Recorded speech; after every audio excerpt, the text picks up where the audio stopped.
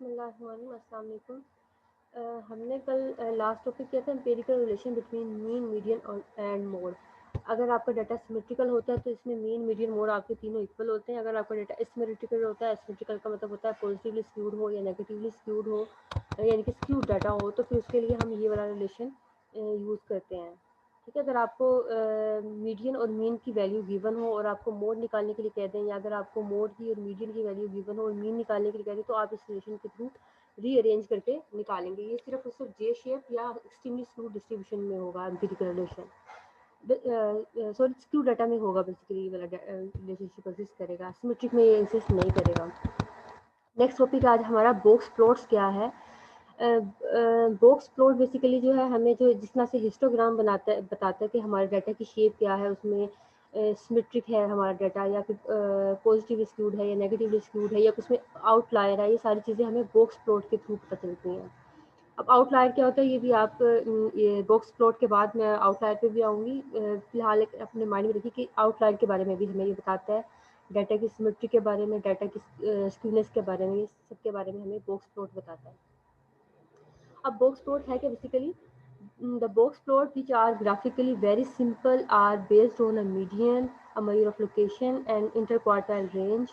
Interquartile range में आपका Q1 और Q3 आता है, median में आपका Q2 आता है, a measure of data's variability.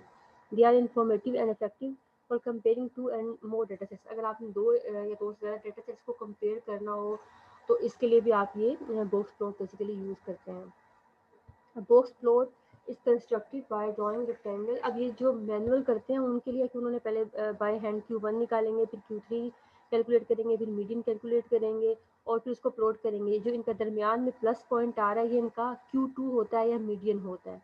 एक साइड पे Q1 ले लेते हैं, एक साइड पे Q3 ले लेते हैं, एक साइड पे मिनिमम वैल्यू और एक साइड पर मैक्सिमम वैल्यू। और ये जो आप देख रहे हैं लाइंस एक्स्ट्रा ड्रॉ हुई हैं, ये इसकी विस्कर्स कहलाती हैं और ये इसलिए बॉक्स कहलाता है बॉक्स प्लॉट, इसमें बॉक्स बना हुआ होता है, दरमियान में मीडियन आ जाता है। अब ये सिमेट्रिक डाटा को शो कर, अगर ये स्क्यू डाटा होता तो मीडियन दरमियान में ना होता, मीडियन या यहाँ पे होता या यहाँ पे होता, स्क्यू में होता।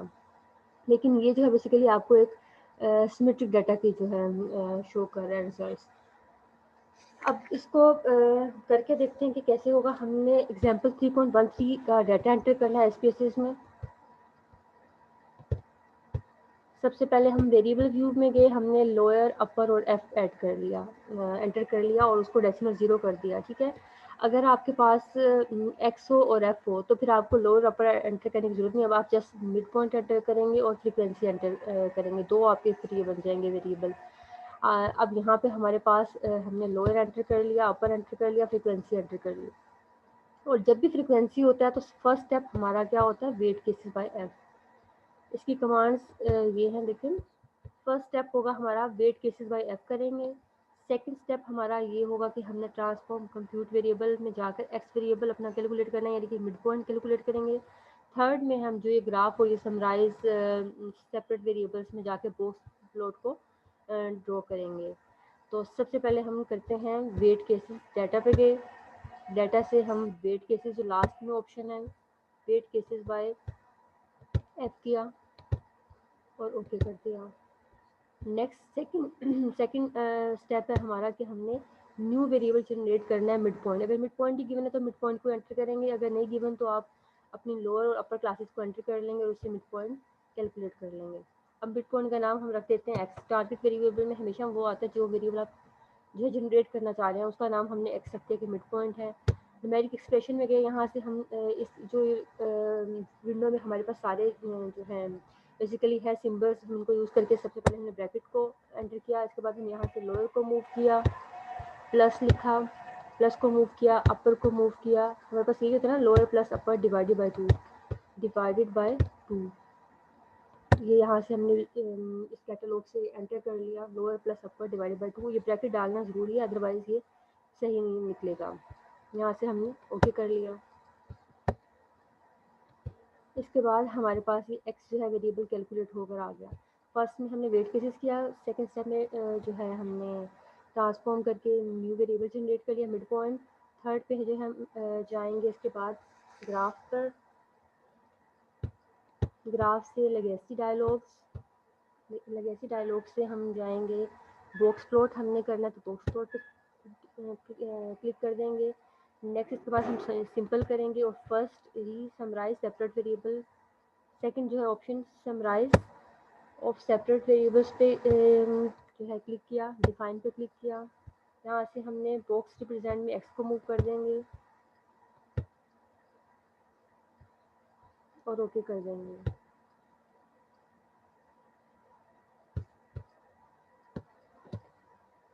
ये देखिए हमारे पास बॉक्स प्लॉट आ गया है। अब ये जो है इसकी जो ये बेसिकली वर्टिकल बना हुआ है, हॉरिजॉन्टल वर्टिकल से कोई फ़र्क नहीं पड़ता है। आपका ये बेसिकली देखें जो जिस तरह का आपकी बुक में था उसी तरह का ग्राफ बन गया। ये जो मीडियन है वो मिड में आ रहा है, ये आपका Q1 होता है फर्स्ट वाला, सेकंड वाला आपका Q3 होता है। Small value minimum, maximum value इस तरह से प्लॉट होता है। ये देखिए ये वही चीज़ है, बस ये हॉरिजॉन्टल बना हुआ है और वो वर्टिकली बना हुआ है। ठीक है, इसके बाद हम आते हैं नेक्स्ट हमारा है advantages and disadvantages, various averages. ये पढ़ने के बाद हम आएंगे, उसके बाद मैंने आपको बताया था कि आउटलायर क्या होता है। सबसे पहले है हमारे पास अरिथमेटिक मीन के जो है हमारे जो एडवांटेजेस क्या हैं और डिसएडवांटेजेस क्या हैं। फर्स्ट है हमारे पास advantage, it is rigorously defined by mathematical formula. ये जो हमने स्टार्ट में इसकी प्रॉपर्टीज देखी थी वही बेसिकली इनके जो है एडवांटेजेस बन जाते हैं। It is based on all the observations, basically सारे ऑब्जर्वेशन पे डाटा बेस करना चाहिए। ये अरिथमेटिक मीन का ये एडवांटेज है कि सारी डाटा पे बेस करता है। It is easy to calculate and simple to comprehend. It is determined for almost every kind of data. ठीक है, हर तरह के डाटा के निकल आता है सवाई ओपन एंड क्लासेस के। It is relatively stable statistic with fluctuations of sampling, that is why university use। अब वो कह रहे हैं कि आपका जो है ये स्टेबल स्टैटिस्टिक रहता है, अगर आप सैंपल बढ़ाते जाएं कम करते जाएं इससे कोई ऐसे इतनी फ्लक्चुएशंस नहीं आ रही है, स्टेबल ही रहता है। It is amenable to mathematical treatment, ये फर्दर आप मैथमेटिकल ट्रीटमेंट के लिए यूज़ कर सकते हैं। और इसमें से आप जो है 2-3 को जो है मेमोराइज कर लें, बाकी सबको अंडरस्टैंडिंग के लिए अपने जो है पढ़ लें, रीडिंग कर लें, इतना मुश्किल नहीं है। द डिसएडवांटेज ऑफ मीन क्या है आपके पास, it is greatly affected by extreme values in the data, यानी कि एक्सट्रीम वैल्यू से अफेक्ट होता है। जैसे कि आपकी क्लास में सारे बच्चों का अगर मैं वेट लेती हूँ तो सबका वेट लाया करता है 50 और 60 के दरमियान में। किसी एक बच्चे का एक्सेप्शनल केस आ जाए, उसका वेट हो जाए 105 kg, तो उससे हमारा जो है मीन अफेक्ट हो जाएगा। मीन 50 से 60 के दरमियान में ऑन द एवरेज आना था, लेकिन अब इसकी वजह से हो सकता है कि वो 70 प्लस आ जाए, तो वो डाटा को मिसलीड कर देता है। इसलिए एक्सट्रीम वैल्यूज़ के लिए आप मीन नहीं यूज़ करते हैं, इसके लिए आप मीडियन यूज़ करते हैं या मोड यूज़ करते हैं। It gives sometimes fallacious results, it is highly skewed distribution. अगर फेलियस रिजल्ट ये जब देता है, जब आपके एक्सट्रीम केसेस आ जाते हैं तो फिर ये सही रिजल्ट नहीं देता।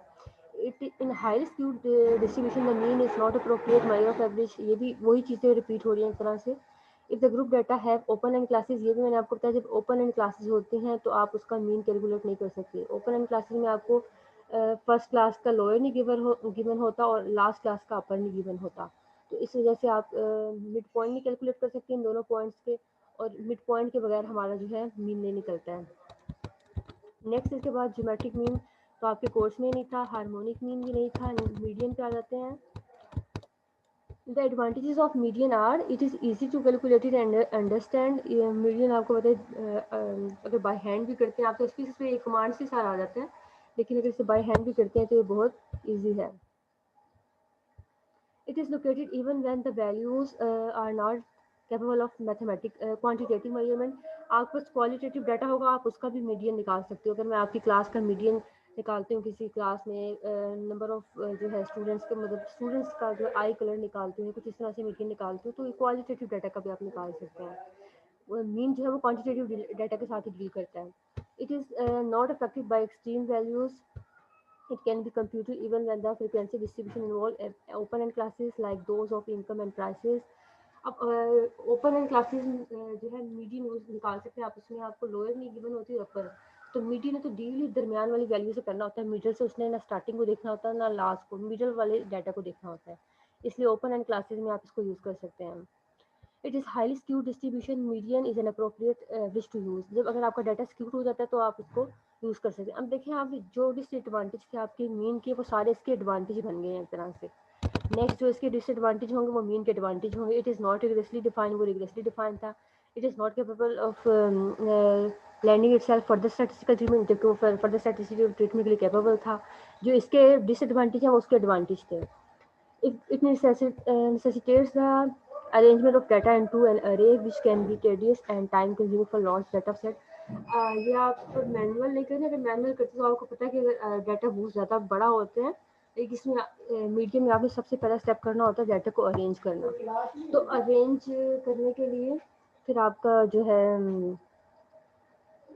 अगर अरेंज करना पड़ता है तो फिर ये बहुत ज़्यादा मुश्किल काम और लंबा काम हो जाता है। Mode, it is simply defined and easily calculated. In many cases it is extremely easy to locate mode. Mode होता है आपके डाटा में most repeated value. For example मैं आपकी क्लास का मोड निकालती हूँ कि आपके मार्क्स जो हैं क्लास में तो आपके हो सकता है मोस्टली बच्चों के रिपीट हुए हों। अक्सर होता है ना क्लास में, अगर मैं आपके स्टैट्स के मार्क्स पूछती हूँ तो हो सकता है काफ़ी बच्चों के 90 आए हों, तो आपका मोड हो जाएगा उस क्लास में। जो चीज़ मोस्ट रिपीटेड यानी कि मोस्ट फ्रीक्वेंट आती है क्लास में या किसी भी चीज़ में, वो हो जाता है हमारा मोड, जो मोस्ट फ्रीक्वेंट वैल्यू आती है डाटा सेट में। It is not affected bye normally large and small observation, और ये लार्ज स्मॉल ऑब्जर्वेशन से नहीं इफेक्ट होता, जैसे कि मीडियन इफेक्ट नहीं होता लेकिन मीन इफेक्ट होता है। It can be determined for the both quantitative and qualitative, ये भी आपका क्वांटिटेटिव क्वालिटेटिव डेटा का आप दोनों का निकाल सकते हैं मीडियन की तरह। डिसएडवांटेज क्या है इसका? It is not rigorously defined. जो मीन के एडवांटेज थे वो उनके सबके डिसएडवांटेज हैं। It is often indeterminate and indefinite. It is not based on all observation, सिर्फ ये तो आपके मोस्ट रिपीटेड डाटा सेट पे होता है, सारी ऑब्जर्वेशन पे नहीं होता। It is not capable of learning itself and for the statistical treatment when the observation consist of small number of values the mode may not exist. क्या exercise देखने से पहले मैं आपको जो आपका लास्ट टॉपिक है आउटलाइन, वो आपकी बुक में नहीं है, तो आपने यहाँ से डेफिनेशन कर लेनी है और उसको स्कैटर प्लॉट के थ्रू अभी एसपीसीज पे करना भी देखते हैं। What are the outliers in the data? अब डाटा में आउटलायर होते क्या हैं? आउटलायर होता है कोई भी, मैंने आपको बताया कि वो इग्नोरेबल ऑब्जर्वेशन, या तो बहुत छोटी हो या बहुत बड़ी ऑब्जर्वेशन हो, डाटा जो बाकी सारा डाटा है उससे कोई वो दूर हो लाई करती हो, या तो बहुत छोटी हो या बहुत बड़ी होगी। An outlier is an observation that lies an abnormal distance from the other values in a random sample from a population. In a sense, this definition leaves it up to analysts to decide what will be considered abnormal. Before abnormal observation can be singled out, it is necessary to अब ये basically आपने definition इतनी कर लें कि जो outlier होता है वो abnormal ऑब्जर्वेशन होती है आपके डाटा सेट में। मैंने आपको अभी वेट की एग्जांपल दी थी कि सारी क्लास का वेट लाई करता है 50 16 के दरमियान में। अगर किसी बच्चे का लाई कर देता है 1 से 5 में, तो वो डाटा में जो है आउटलायर होगा, एक नॉर्मल ऑब्जर्वेशन होगी वो आपकी डाटा में। तो उसको कैसे डिटेक्ट करना होगा और उसको कैसे जो है बॉक्स प्लॉट के थ्रू आप इसको देख सकते हो, या फिर आप इसको स्कैटर प्लॉट के थ्रू डिटेक्ट कर सकते हो। अब ये इस तरह से देखें होती है, अगर फॉर एग्जांपल आपके पास कोई इस तरह का डाटा हो, तो ये देखिए सारा डाटा यहाँ पे लाई कर रहा है, एक ऑब्जर्वेशन जो है आपकी यहाँ पे लाई कर रही है सबसे दूर, तो ये एक तरह से ये वाली जो ऑब्जर्वेशन है ये आउटलायर है, बाकी सारी ऑब्जर्वेशन यहाँ पे एक दूसरे क्लोज लाई कर रही हैं। ठीक है, नेक्स्ट के बाद आता है जो कॉजेज़ क्या होती हैं आउटलायर की। आउटलायर की कॉजेज़ होती हैं या तो जो आप डाटा एंटर कर रहे हो तो वो गलती से ह्यूमन एरर हो जाता है। फॉर एग्जांपल वो कोई वैल्यू थी 30, तो कोई एंटर करते हुए किसी ने 300 उसको एंटर कर दिया, इस तरह से वो ह्यूमन एरर एंटर हो गया, इससे भी आपके डाटा अफेक्ट होगा और आउटलायर आ जाएगा आपके डाटा में। तो मेजरमेंट एरर भी हो सकता है, यानी कि इंस्ट्रूमेंट एरर, जो अगर कोई आपका जो है वेट ले रही हूँ मैं, तो वो फॉर एग्जांपल वो आ जाता है 65 आ जाता है, लेकिन उसको मैं गलती से 45 आ जाता है और उसको मैं गलती से 75 कंसिडर कर लूँ, या कुछ भी इस तरह से जो रॉन्ग आ जाए, जो या मशीन ख़राब हो किसी भी तरह से, वो रॉन्ग अगर आपको इंफॉर्मेशन देती है मशीन किसी भी तरह से, तो वो इंस्ट्रूमेंट एरर हो जाएगा। ह्यूमन एरर तो होगा कि आप डाटा एंटर करते हुए आपने कोई गलती कर दी, या आपने रीड करते हुए कोई जो ऑब्जर्वेशन को रीड कर लिया। मेजरमेंट एरर हो गया कि आप जिस इंस्ट्रूमेंट के थ्रू ये कर रहे हैं उसमें कोई एरर, उसके थ्रू कोई एरर आ गया। एक्सपेरिमेंटल एरर क्या होता है? डाटा एक्सट्रैक्शन और experiment planning executing error. Experiment में भी कोई एरर आ जाएगा तो ये भी इस तरह से हो सकता है, या फिर इसके अलावा हो सकता है इंटेंशनल डमी आउटलायर्स भी हो सकते हैं, डाटा प्रोसेसिंग एरर्स भी हो सकते हैं, सैम्पलिंग एरर भी हो सकते हैं, और नेचुरल एरर भी हो सकते हैं। ठीक है, ये सारे एरर्स आपके डाटा में इस तरह से एंटर हो सकते हैं। या फिर देखें, अगर कोई बैंक्स में इसकी रियल लाइफ एग्जांपल देखते हैं, तो बैंक्स में जो कोई फ्रॉड वगैरह के केसेस आते हैं, आमतौर पर सारा डाटा नॉर्मल ही होता है, कोई फ्रॉड का केस आता है तो वो आपके डाटा में आउटलायर आ जाता है। इसी तरह से साइबर क्राइम वगैरह में भी इस तरह इसमें भी ये यूज़ होता है आउटलायर के लिए। क्राइम इन्वेस्टिगेशन वगैरह में भी, टेरर में, मेडिकल इंफॉर्मेशन, डिफरेंट जगहों पे ये जो है ये कॉन्सेप्ट यूज़ किया जाता है आउटलायर का। अब आउटलायर का कॉन्सेप्ट करने के लिए हमारे पास दो वेरिएबल होने चाहिए। एक वेरिएबल को हम एक्स एक्सिस पे लेते हैं और दूसरे वेरिएबल को हम वाई एक्सिस पे लेते हैं। एक पेयर की फॉर्म में हमारा डाटा एंटर होता जाता है, प्लॉट हो जाता है हमारा ग्राफ। अब इसके लिए एग्जांपल हमने इसी चैप्टर की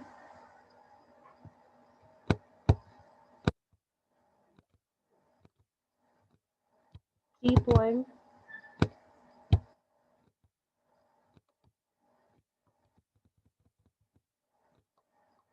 3.47 हमारे पास एग्जांपल है ये वाली। इसका डाटा एंटर करते हैं। एक हमारे पास वेजेस है और एक एम्प्लॉयज़ है।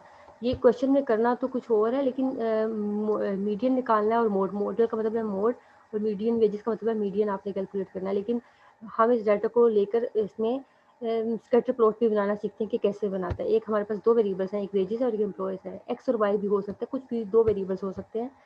तो इसका जो है सबसे पहले तो आप कमांड्स देख लें। एंटर किया आपने, वेजेस को न्यूमेरिक में कर देंगे, एम्प्लॉयज़ को भी न्यूमेरिक में कर देंगे। Graph, legacy dialog, scatter plot, simple, define.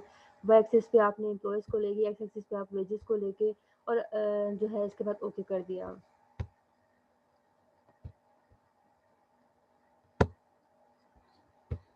सबसे पहले हम गए ग्राफ पर। ये मैंने जो है दोनों वेरिएबल व्यू में जाकर एंटर कर लिए। वेजेस और एम्प्लॉयज़ इनके डेसिमल ज़ीरो, क्योंकि ये होल नंबर थे, कोई भी इसमें पॉइंट्स वाला डाटा नहीं था।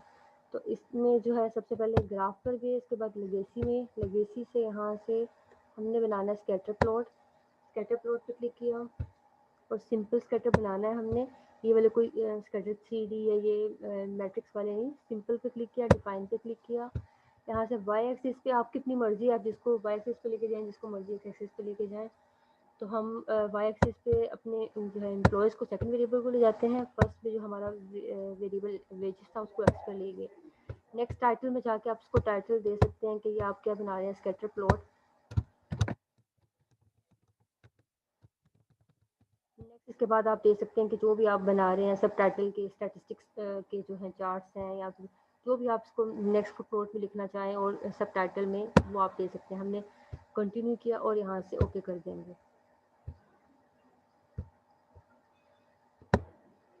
ये हमारे पास आउटपुट विंडो में स्कैटर प्लॉट बन के आ गया। अब देखें ये हमारे पास डाटा सिमेट्रिक था, तो हमें जो है इस तरह की ऑब्जर्वेशन मिल गई, सिमेट्रिक टाइप डाटा हो गया। कि अगर हमारे डाटा में आउटलायर होता तो फिर ये किस तरह कर देता। इसी डाटा को हम थोड़ा सा मैनिपुलेट करते हैं, देखते हैं कि इसमें फर्दर देखें। अगर हमारे पास ये ऑब्जर्वेशन है 204 या ये 139, इसको हम कर लेते हैं फॉर एग्जांपल 1390, ठीक है। नेक्स्ट जो हमारी ऑब्जर्वेशन है 204, इसको भी कोई हम इसको हम कर लेते हैं जस्ट 2। ये 2 तो है, 0.005 करके देखते हैं। अब ये डेसिमल प्लेस नहीं है इसलिए एंटर नहीं होगा, तो हम कोई बड़ी ही वैल्यू करके देखते हैं। 10,000। अब इनको दोबारा से रन करके देखते हैं। ग्राफ पे गए, यहाँ से लेगेसी, स्कैटर, डिफाइन, ये जो हमारे पहले मूव हुए हैं हम इसको ओके कर दिया। अब देखें आपके डाटा में ये आउटलायर आ गया। ये हमने 10,000 कोई ऑब्जर्वेशन एंट्री की थी, तो ये कितनी दूर जाके लाई कर रही है। ये मैंने एक 20-30 कुछ इस तरह से 2000 की इसमें की थी, तो 30-40 कुछ की थी इस तरह से। ये वाली ऑब्जर्वेशन भी सबसे दूर लाई करी। बाकी सारी ऑब्जर्वेशन देखिए करीब करीब है। ये इनके आउटलायर हैं कि डाटा में आपने देखना कि कोई आउटलायर एक्सेप्शनल ऑब्जर्वेशन है तो उसको आप कैसे डिटेक्ट करेंगे, फिर इसको रिमूव कर सकते हैं। ठीक है, इसलिए हमारा बेसिकली पर्पज़ ये होता है स्कैटर प्लॉट का कि हम पहले तो डिटेक्ट करें इसको स्कैटर प्लॉट के थ्रू, बाद में इस ऑब्जर्वेशन को रिमूव कर दें अपने डाटा में से, ताकि हमारे डाटा के रिजल्ट्स को अफेक्ट ना करे। अब ये ऑब्जर्वेशन अगर आप रन करते हो, मीन, मीडियन, मोड कुछ भी निकालते हो, कुछ भी एनालिसिस करते हो, इस ऑब्जर्वेशन की वजह से आपका सारा डाटा जो है अफेक्ट होगा और रिजल्ट्स भी अफेक्ट होंगे, सही रिजल्ट नहीं आएंगे। तो इसको स्कैटर प्लॉट का बेसिक पर्पज़ ये होता है कि आपने जो है इसमें आउटलायर देखने होते हैं उस आउटलायर को बाद में रिमूव कर देना होता है। अब मैं आपको जो है एक्सरसाइज से क्वेश्चंस मार्क करा दूं।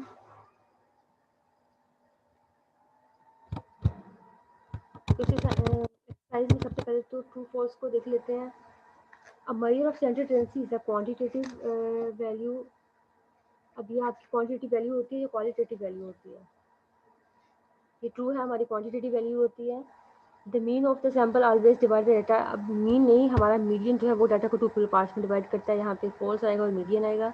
For any distribution the sum of the deviation from mean equal to 0, ये ट्रू है। The arithmetic mean is not affected by extreme values. Arithmetic mean affect होता है एक्सट्रीम वैल्यू से। यहाँ ये फॉल्स होगा। Distribution always has exactly one median, but it can be more than one mod. ये भी ट्रू है, हमारे पास मीडियन एक ही होगा लेकिन मोड ज़्यादा भी हो सकते हैं। The value that occurs most frequently is called median, mode कहलाता है जो मोस्ट फ्रिक्वेंटली आती है। The mean may not exist for the some sets of data. अब इसमें जो है मोड जो है वो may not exist for some sets of data, क्योंकि कुछ डाटा हर वैल्यू एक एक बार आई होती है डाटा में, तो उसमें मोड कोई होगा नहीं। कुछ क्वेश्चंस में ऐसा भी होगा, आप देखेंगे सारी ऑब्जर्वेशन वन टाइम आई हुई है, तो उस केस में कोई मोड नहीं होता हमारे पास। नेक्स्ट इसके बाद another name for the median is the score at the third quartile। Second quartile को हम मीडियन भी कहते हैं। हार्मोनिक मीन वाला आपने नहीं किया है। उसके बाद आ जाता है the first quartile is also refer to as 25 percentile, ये हमारा ट्रू है। नेक्स्ट इसके बाद आ जाता है the distribution of score is symmetric then the median and the mode will be same, ये भी ठीक है। आपको बताया था सिमेट्रिक डिस्ट्रीब्यूशन और एम्पिरिकल रिलेशन में कि तो मीन मीडियन मोड सेम होते हैं। नेक्स्ट जो है ये if the distribution is positively skewed the mean is smaller than the median. अब ये हमारा ट्रू होगा या फॉल्स होगा? ये हमारा फॉल्स होगा, क्योंकि हमारा मीन जो है वो बड़ा होता है मीडियन से पॉजिटिवली स्क्यूड के केस में। नेगेटिवली स्क्यूड के केस में ये जो उन्होंने लेफ्ट लिखा हुआ है इसकी जगह पे आप राइट लिख देंगे, और क्योंकि ये फॉल्स है, क्योंकि ये आपका केस किस केस में एग्जिस्ट करता है, राइट जो है उसके केस में एग्जिस्ट करता है, या पॉजिटिवली स्क्यूड के केस में एग्जिस्ट करता है। Next type, the mean median mode of the distribution are 5, 6, 8 respective the distribution is positively skewed। अगर आपका मीन देखें छोटा है मीडियन से और मोड से, यानी कि मोड जो है वो सबसे बड़ा है, mean is less than mode, तो ये लेस देन का केस हमारा नेगेटिवली स्क्यूड का आता है, पॉजिटिवली स्क्यूड का नहीं आता है। उसके बाद आता है half of the observation are always larger than the. Half observation का केस आता है तो मीडियन आपको डाटा को दो इक्वल पार्ट्स में डिवाइड करता है। The value that occurs most often, ये हमारा मोड कहलाता है। नेक्स्ट इसके बाद in case of open end class arithmetic mean cannot be computed. Next है which of the following is true statement about the median. इसमें है हमारे पास 50% of the observation are larger than the median. Which of the following is not a characteristic of the arithmetic mean. इसमें भी ये आता है 50% of the observation are larger than the mean. अच्छा, इसके बाद आता है find the mean of the following sample distance stars earth. अब आप इसको डाटा को एंटर कर लेंगे, उसका मीन निकाल के बता देंगे क्या आएगा। यहाँ पे 28.3 आता है। 7 पे है in positively skewed distribution the mean is always larger than the median. Positively skewed में आपको पता है mean is greater than median greater than mode होता है। नेगेटिवली स्क्यूड में mean less than median less than mode होता है, और मीडियन में हमेशा दरमियान में आना होता है, वो बीच में सैंडविच की तरह होता है मीन और मीडियन के। The median is larger, mean और मोड के दरमियान में मीडियन सैंडविच होता है। The median is larger than the arithmetic mean when the distribution is negatively skewed. ठीक है, मीडियन जो है वो बड़ा होता है अरिथमेटिक मीन से अगर हमारा डाटा होता है नेगेटिवली स्क्यूड। भी हमने इसको उसमें भी देखा था ट्रू फॉल्स में। द ज्योमेट्रिक मीन तो आपने किया नहीं, हार्मोनिक मीन भी नहीं किया। नेक्स्ट आपको क्वेश्चंस बताती हूँ जो आपने करने हैं। ये क्वेश्चन 3.17 आपने करना है। अनग्रुप डाटा, इसका आपने अरिथमेटिक मीन और मीडियन निकाल लेना है। अनग्रुप डाटा को आपको कमांड मैंने कल बताई थी कि क्या होती है।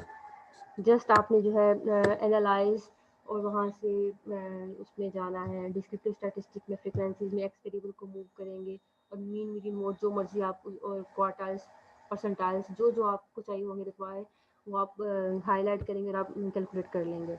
नेक्स्ट इसके बाद आपने ये 3.18 का भी मीन मीडियन निकाल लेना है।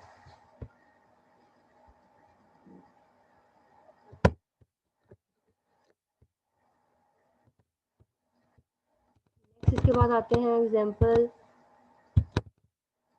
Question number example question number 3.21। इसमें आपने वेटेड मीन निकालना है। ये आपको जो है प्राइस पर मीटर जो एक्स गिवन है, क्वांटिटी आपको वेट गिवन है, तो ये आपकी एक्स वैल्यूज होगी, ये आपकी वेट्स हो गए। इन दोनों को एंटर करेंगे, वेट केसेस करेंगे, by weight cases by weight करेंगे, इसको एक्स को मूव करेंगे जो है अपने जो एनालाइज में जाकर, तो आपका मीन निकल आएगा, वेटेड मीन।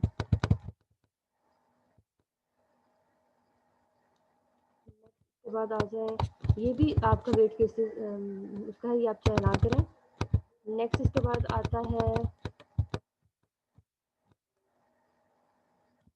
क्वेश्चन नंबर, अब ये देखिए, ये इन्होंने ज्योमेट्रिक मीन हार्मोनिक मीन कहा, लेकिन आप इसका मीन मीडियन मोड भी निकाल सकते हैं ग्रुप डाटा का। इसका भी मीन मीडियन मोड निकाल सकते हैं कि आप पहले लोअर सारी वैल्यू एंटर कर लेंगे, फिर अपर सारे एंटर कर लेंगे, और फ्रीक्वेंसी एंटर करके पहले आप जो है वेट केसेस पर एफ करेंगे। नेक्स्ट आपका स्टेप होगा कि आपने कंप्यूट वेरिएबल टारगेट वेरिएबल से जाकर एक्स जनरेट कर लेना मिड पॉइंट, और बाद में एनालाइज में जाकर एक्स को मूव करके आपके जो है मीन मीडियन मोड सब आ जाएंगे रिजल्ट। 3.1333 करना है आपने। इसमें आपका जो है मोड निकालना होगा, आपने क्वार्टाइल्स निकालने होंगे, सेवन्थ डिसाइल निकालना होगा। सेवन डिसाइल आपका 70 के अगेंस्ट वैल्यू होगी। 64 परसेंटाइल निकालना होगा, ये इसके लिए आप 64 को एंटर करेंगे पर्टिकुलर। 3.34 करना है, मीन मीडियन मोड निकालना होगा। इसमें एक्स वेरिएबल एंटर कर लेंगे और एफ एंटर कर लेंगे, ये भी एक्स है और ये एफ है। 1/2 का मतलब है 5.5 होगा, यहाँ पे 1/2 का मतलब है 6.5 होगा, इसको पॉइंट्स में एंटर करेंगे। नेक्स्ट 3.35 में भी आपने हिस्टोग्राम बनाना है, लोअर अपर, और ये जो है क्लास बाउंड्रीज तो आपकी पहले ऑलरेडी गिवन है, तो आपने क्लास बाउंड्री पहले एंटर कर लेनी है। उसके बाद आपने फ्रिक्वेंसी और निकाल लेंगे इससे, और मीडियन भी आपने क्लिक कर लेंगे। नेक्स्ट इसके बाद क्वेश्चन नंबर 3.37 को भी आपने कर लेना है। इसमें क्लास बाउंड्रीज आपको गिवन है। अगर आपको ऐसे क्वेश्चन आता है तो आपने ये देखें 57.5 से आपने जाना होगा 60 तक, ये मिसिंग है तो आपने खुद लिख लेनी है। 60 से आपने 62.5 तक जाना होगा। 2.5 का इसमें इंटरवल चल रहा है, इसको पहले कंप्लीट करना होगा, बाद में आपने एंटर करना है लोअर अपर और फ्रिक्वेंसी। इसमें 65 आ जाएगा। नेक्स्ट वाली ऑब्जर्वेशन आ जाएगी 67.5।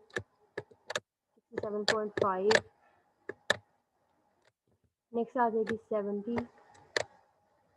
के बाद आ जाएगी 72.5। नेक्स्ट आ जाएगी 75। इस तरह से आपने अपने पहले क्लासेस को क्लास बाउंड्री को कंप्लीट करना है और एंटर कर लेना है लोअर अपर और फ्रिक्वेंसी को। तो यहाँ से आपने कैलकुलेट कर लेना है जो आपको रिक्वायर है मीडियन और क्वार्टाइल्स।